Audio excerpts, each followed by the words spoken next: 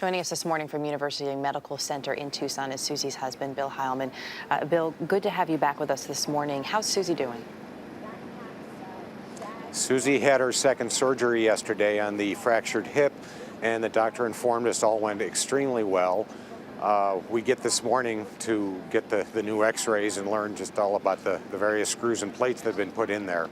But she is expected to have a nice full recovery, although a very long physical rehab. Mm-hmm. And that physical rehab is, of course, just one part of her recovery. I knew you expressed a great deal of concern to me when we spoke on Monday. The hospital staff has as well, though, about the emotional concern for her. How does she understand at this point, you think, fully what happened on Saturday? I think it's become clearer and clearer as each day's gone by. She still remains under a lot of pain medication and still is not really speaking in paragraphs so much as in sentence by sentence. But she is aware of what's happened, and the sadness is definitely part of what she's dealing with in her recovery at this point. How much of what happened is she able to talk about with you or to tell you? Are you getting a real picture from her at this point? We've been putting pieces together. It's not the type of thing where we really want to initiate the question, but she has let it out bit by bit, and it's getting easier to kind of get the entire scene and what occurred.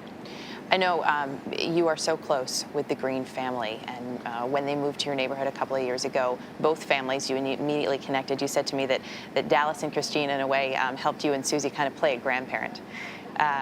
What is it about the connection that Suzi and Christina had? Because they really had an incredible bond.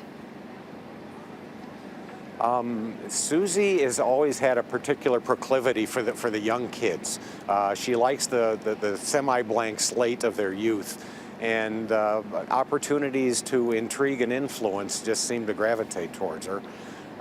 Christina was one of those children who are very, very comfortable with adults. Her parents have done a wonderful, wonderful job of raising her, and she's a very poised young girl. And Suzi can be challenging, but she's also very engaging. And the chemistry between the two of them was there from their first encounter. And they had that common interest in politics. I know Christina's parents told us she was really starting to ask a lot of questions, and Suzi was great with her in encouraging that. And that's one of the reasons they wanted to go to this event together on Saturday, correct? Exactly so. And Suzi has long taken advantage of any time up. Good positive role model is out there for young girls. She particularly likes to make those connections. This has got to be especially difficult for you guys. I know Suzi was holding on to Christina when all of this happened. You have been in touch with Roxana and John Green. They don't seemingly hold any grudge. But it's tough for you as well to be in this position. Is there any comfort or solace for you, for your wife, even for the Greens, that at that moment in Christina's life, Suzi was there to provide as much comfort and solace as one can? My wife has incredible mothering instincts. You can even ask her. We've got two 20-plus-year-olds that will testify to that.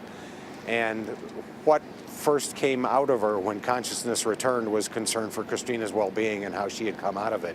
At the point in time where Suzi got hit at the site and went down, I think at that point she kind of mentally lost track of everything. Although she was technically conscious, at the time she was being dealt with by a triage doctor and lost track of Christina until she woke up here in the hospital. Bill, thanks again for being with us. We know it's tough for everyone at this point. We really appreciate you taking the time. Thank you, Erica. We appreciate everyone's support.